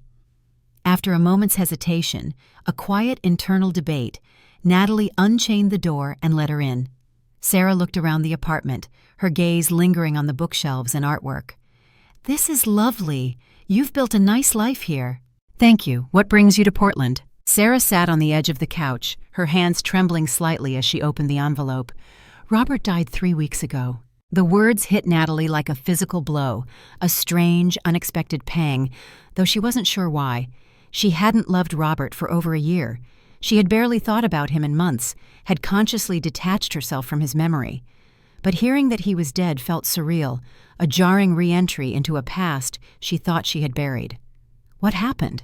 "Car accident. He was living in Phoenix, working construction. He'd been drinking." Sarah's voice was matter-of-fact, yet kind, devoid of judgment. "I'm not here to make you feel guilty or sad about it. I know what he did to you was unforgivable." "Then why are you here?" Natalie asked, her voice quiet. Sarah pulled a folded letter from the envelope. "He asked me to give this to you if anything ever happened to him. I didn't want to mail it. I felt like it was something that needed to be delivered in person." Natalie stared at the letter, her name written in Robert's familiar, slightly slanting handwriting across the front. The sight of it brought a fresh wave of memories, both good and bad.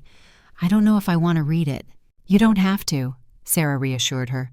"But I think you should know that he was genuinely sorry for what he did. He talked about you often, about how much he regretted hurting you." "He had a funny way of showing regret," Natalie mused, a bitter edge to her voice. "He got together with my mother after the wedding. That lasted about 3 months." Sarah nodded. "Then they had a huge fight and never spoke again. Robert told Michael it was the worst time of his life. He said, 'Being with your mother made him realize what he had lost with you.'" Natalie took the letter but didn't open it. "How is Michael and your family?" "We're okay. Sad about Robert, but not surprised. He'd been spiraling since Phoenix, drinking too much, working dangerous jobs, taking risks."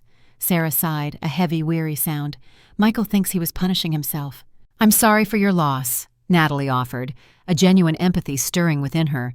"I know you loved him despite what he did." "We did. He was a good person who made a terrible choice. It doesn't excuse what he did, but it makes it sad rather than just infuriating." After Sarah left, Natalie sat in her living room, holding the letter. She didn't want to read it, fearing it would reopen old wounds, reignite the anger she had worked so hard to extinguish. But she also knew she would always wonder what it said if she didn't.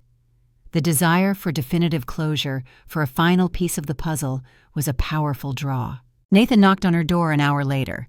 They had been officially dating for 3 months now, taking things slowly and carefully, building trust one conversation, one shared meal, one quiet moment at a time. "You look like you've seen a ghost," he said, settling beside her on the couch, his presence a comforting warmth. She told him about Sarah's visit and showed him the letter, the paper still cool in her hands.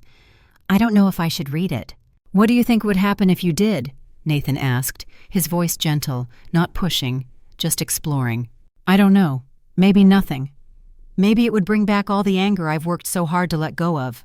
Or maybe," he suggested, his eyes thoughtful, "it would give you the closure you never got." The public revelation was powerful, Natalie, but it was about justice, not necessarily about understanding Robert's inner world or motivations.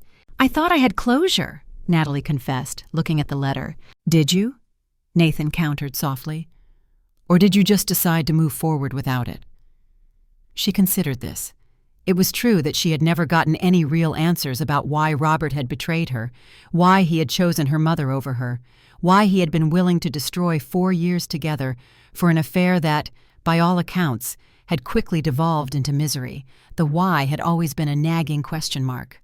"Will you stay while I read it?" she asked, her voice small. "Of course," Nathan said, his hand gently covering hers. She opened the envelope with shaking hands, unfolded the letter, and began to read. "Dear Natalie, if you're reading this, something has happened to me. I asked Sarah to give you this letter because I need you to know the truth about what I did, even though it doesn't change anything. I loved you. I know that's hard to believe after what I did, but I loved you more than I've ever loved anyone. That's what made what happened with your mother so confusing and destructive. Your mother pursued me, not the other way around. I'm not saying that to blame her or excuse myself. I made my own choices, but she was persistent, and I was flattered by the attention. She made me feel exciting and desirable in a way that our relationship had stopped making me feel. We had gotten comfortable, you and I. We were planning a future, making practical decisions, building a life together. It was good and stable and everything I thought I wanted. But your mother represented something different. Passion, excitement, the feeling of being desperately wanted. I know now that what I mistook for love was just the thrill of doing something forbidden. The secrecy made it feel more intense than it was. When we tried to be together after the wedding, we had nothing. No common interests, no shared values, no foundation for anything real. I destroyed the best thing in my life for something that wasn't even real. By the time I understood that, it was too late to fix it. I don't expect you to forgive me. I don't forgive myself. I just want you to know that what happened wasn't about you not being enough. You were more than enough. You were everything. I was just too stupid and selfish to appreciate what I had. I hope you found happiness. You deserve all the love and loyalty in the world. I'm sorry for everything, Robert." Natalie folded the letter carefully and sat in silence for several minutes, the weight of his words settling over her. Nathan waited patiently beside her, not offering opinions or advice, just presence, a quiet anchor in the eddy of her emotions. "How do you feel?" he finally asked, his voice soft. "Sad," Natalie confessed, her gaze distant. "Not for him exactly, but for the whole situation, for the waste of it all, the waste of our time, his life, the destruction he caused not just for me, but for his own family, for his own potential." "Do you think he was telling the truth about my mother pursuing him?" "Probably," Natalie said, a wry twist to her lips. "That sounds like something she would do, a desperate grasping for youth and excitement. About loving me. I don't know. Maybe he thought he did. But it was a conditional love, a fragile one, easily swayed by temptation and his own insecurities." "Does it matter now?" Nathan asked, his eyes meeting hers, a profound question hanging in the air. Natalie considered the question seriously. Did it matter? She had built a new life, found new love, learned to trust again, slowly and carefully. She was happy, genuinely happy, in ways she had never been happy before. More independent, more confident in her own judgment, more careful with her heart, but not closed off to love, not anymore. She had taken control of her narrative. "No," she said finally, a quiet certainty in her voice. "It doesn't matter now. I'm glad I read it. It answers some lingering questions. But it doesn't change how I feel about what happened, which is... how?" She paused, searching for the right words. "Like it was something that happened to a different person, someone I used to be." Nathan smiled, a warmth radiating from him, and pulled her closer, wrapping his arms around her. "I like who you are now." "So do I." 3 months later, Nathan proposed to her on the rooftop deck of their building, with the mountains visible in the distance and the city spread out below them, sparkling like a million tiny jewels. It was simple and private and perfect, just the two of them, and a promise to build something real, something honest, something enduring together. Natalie said yes without hesitation. This time, she knew exactly what love was supposed to feel like. Not the dramatic, fleeting passion Robert had confused with love, but the quiet, steady, unwavering commitment that felt like coming home. Music becomes uplifting and joyous, then fades to a celebratory yet reflective melody. 2 years after the wedding that destroyed her old life, Natalie stood in front of a different mirror, in a different dress, preparing for a different kind of ceremony entirely. Instead of an elaborate white gown, she wore a simple cream-colored dress that fell just below her knees, elegant and understated, a reflection of her newfound clarity. Instead of a heavy cathedral veil, she had fresh wildflowers woven into her hair, a symbol of natural beauty and organic growth. Instead of 400 guests, there would be 12 people who truly mattered, a carefully curated circle of love and support. Jessica stood behind her, adjusting the flowers in her hair, her eyes shining with genuine happiness. "You look radiant, Nat. Genuinely happy." "I am happy," Natalie affirmed, her voice filled with a quiet joy. "Completely, thoroughly happy. It's so different from last time." Jessica smiled, a knowing glint in her eyes. "You were beautiful then, too, but you looked like you were playing a part. Today, you look like yourself." Jessica was right. 2 years ago, she had looked like the perfect bride in the perfect dress, preparing for the perfect wedding. Today, she looked like Natalie, stronger, more confident, more at peace with who she was and what she wanted, free from the constraints of expectation and pretense. The venue was Nathan's parents' backyard in the mountains just outside Portland. They had decorated it simply, with string lights twinkling like captured stars, and an abundance of wildflowers, creating an intimate space that felt magical rather than formal. The ceremony would be performed by Nathan's uncle, Jim, a retired judge who had known Nathan since childhood, imbuing the proceedings with a warmth and personal touch that a formal minister could never replicate.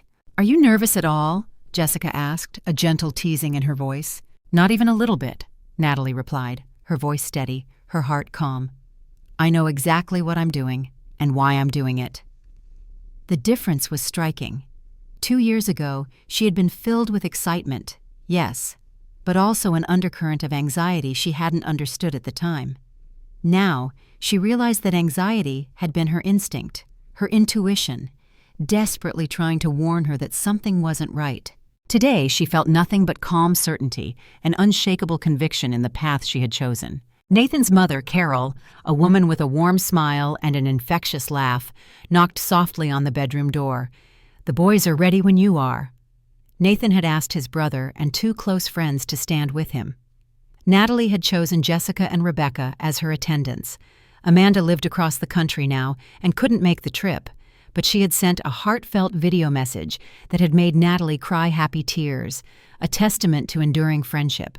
"How's Nathan doing?" Natalie asked, a soft smile touching her lips. Carol beamed. "He keeps saying he's the luckiest man alive. He's not nervous either. He looks like someone who just won the lottery." The small group of guests was already seated in white chairs, arranged in a semicircle around a simple arch covered in climbing roses.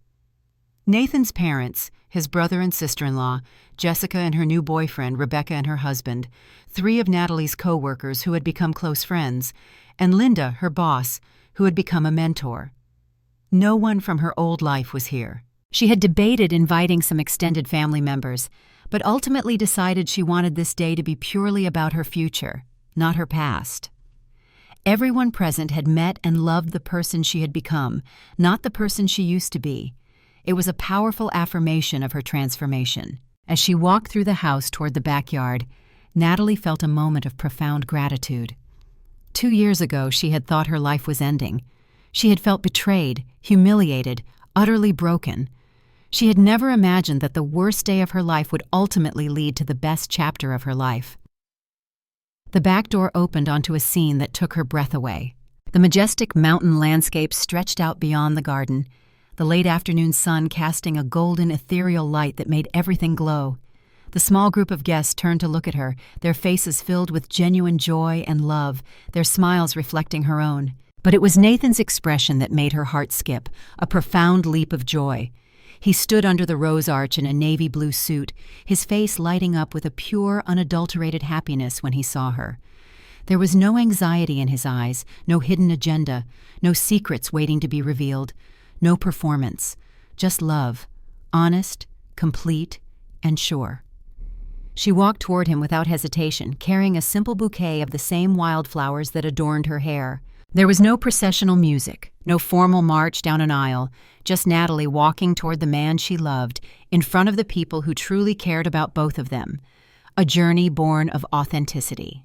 "You look beautiful," Nathan whispered as she reached him, his eyes shining with adoration. "So do you." Uncle Jim, the retired judge, smiled at both of them, his voice warm and resonant. "We're gathered here today to celebrate the marriage of Nathan and Natalie, two people who have found in each other exactly what they were looking for. A partner who sees them clearly, loves them completely, and chooses them every day." The ceremony was brief and personal.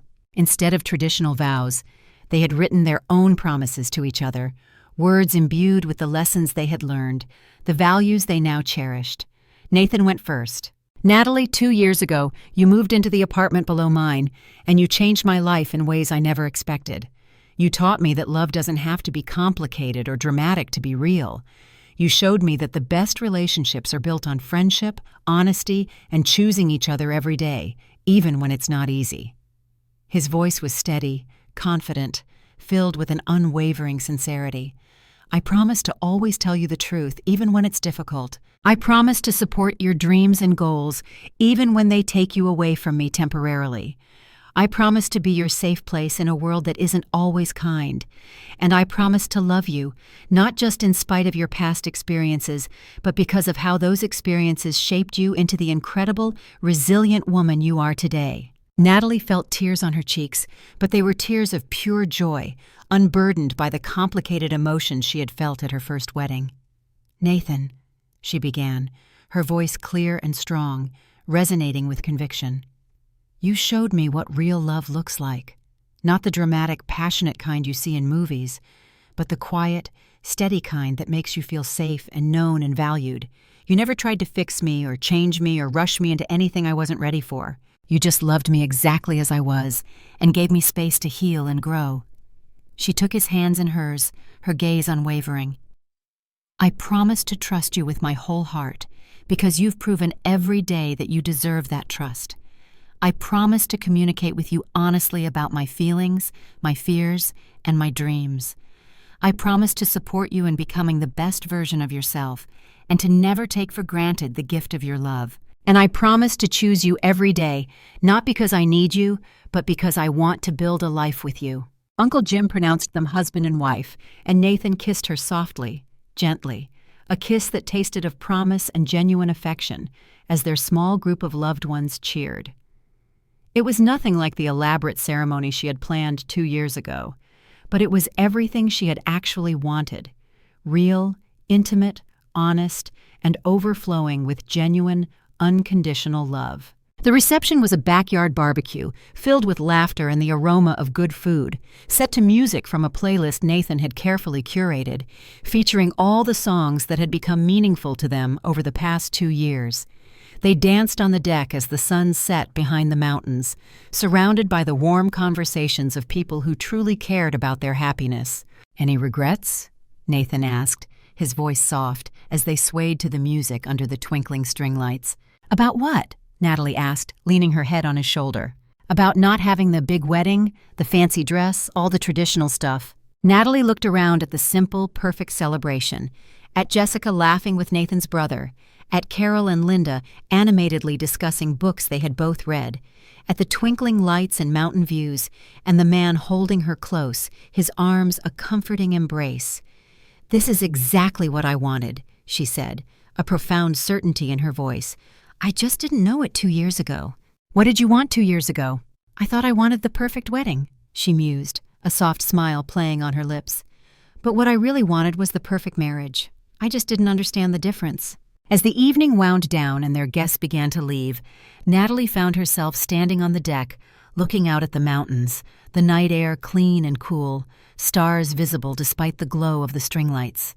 Nathan joined her, wrapping his arms around her from behind, his chin resting on her shoulder. "What are you thinking about?" "How different everything is now," she whispered, a sense of wonder in her voice.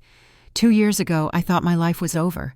I thought I would never trust anyone again, never love anyone again, never be happy again. And now I know that sometimes the worst thing that happens to you leads to the best thing that happens to you. If Robert and my mother hadn't betrayed me, I never would have moved to Portland. I never would have met you. I never would have learned what real love actually feels like." "Do you ever wonder what would have happened if you had married him?" Nathan asked, his voice low. Natalie considered the question seriously, picturing an alternate reality that now felt distant and alien. I would have been miserable, maybe not immediately, but eventually. We weren't right for each other. I was trying to make him into someone he wasn't, and I was trying to be someone I wasn't for him. It never would have worked, not truly. I'm glad it didn't work, Nathan murmured, tightening his embrace. So am I. They stood in comfortable silence, watching the stars and listening to the soft sounds of their families cleaning up inside the house. Tomorrow they would fly to Italy for their honeymoon, 2 weeks of exploring Tuscany and the Amalfi Coast, eating amazing food, seeing incredible art, and making memories together. But tonight, they were content to stand on a deck in the Oregon mountains, newly married and completely, utterly happy. Natalie Reed, Nathan said, trying out her new name, the sound a gentle caress. I like the sound of that. I love you, Mrs. Reed. I love you too, Mr. Reed. As they walked back into the house to join their families, Natalie felt a profound sense of completeness. Not the desperate, anxious kind of love she had felt with Robert, but the secure, joyful kind of love that made everything else in life better. She had learned that betrayal could destroy you, but it could also free you. That the people you trust most can hurt you the deepest. But that didn't mean you should stop trusting entirely. That sometimes the worst day of your life is actually the first day of your real life. Standing in Nathan's parents' kitchen, watching her new husband laugh with his brother while Jessica helped Carol wrap leftover cake, Natalie knew she was exactly where she was supposed to be. Not despite what had happened to her 2 years ago, but precisely because of it. Sometimes, she realized, you had to lose everything to find what you were really looking for. Sometimes betrayal was actually a gift, even when it didn't feel like it at the time. Sometimes, the best revenge was simply living well. And Natalie Williams Reed was living very, very well. Outro music begins.